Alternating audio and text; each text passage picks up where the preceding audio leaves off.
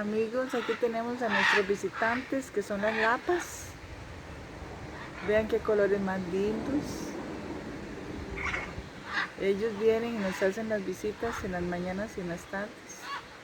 Vean qué colores más bellos. Solamente de observar la creatividad y de escuchar el sonido, se nos quita el estrés y dejamos de pensar y empezamos a analizar de las cosas maravillosas que Dios nos crea para que nosotros disfrutemos. Vean, esto es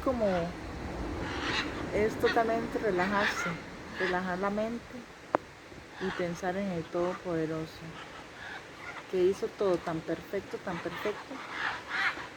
que solo nosotros nos encargaremos en destruir lo que Él hizo para nosotros con tanto amor. Él hizo esto para nosotros. Él creó cada cosa en este mundo para nosotros y con una delicadeza. Y nos dijo, este es el regalo para ustedes. Ustedes deciden si lo quieren cuidar o destruir. Cómo tenemos que enseñar a valorar la flor y la fauna.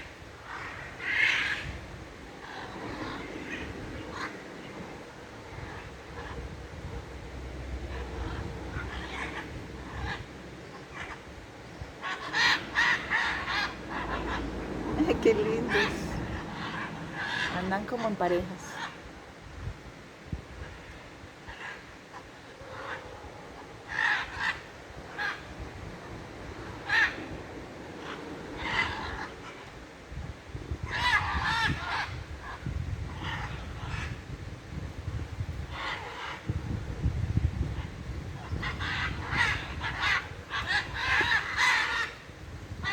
Y eso es lo bonito, levantarse, agradecer a Dios, ser agradecido con Dios por cada cosa que nos regala.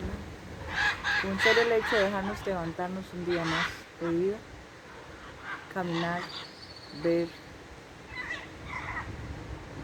es agradecerle a Dios cada momento por permitirnos disfrutar de tantas maravillas, que no hay ni que salir de las casas.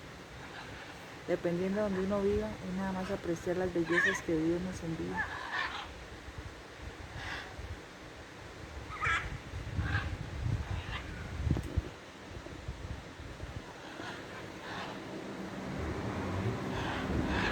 Ellos están disfrutando el manjar que se están comiendo.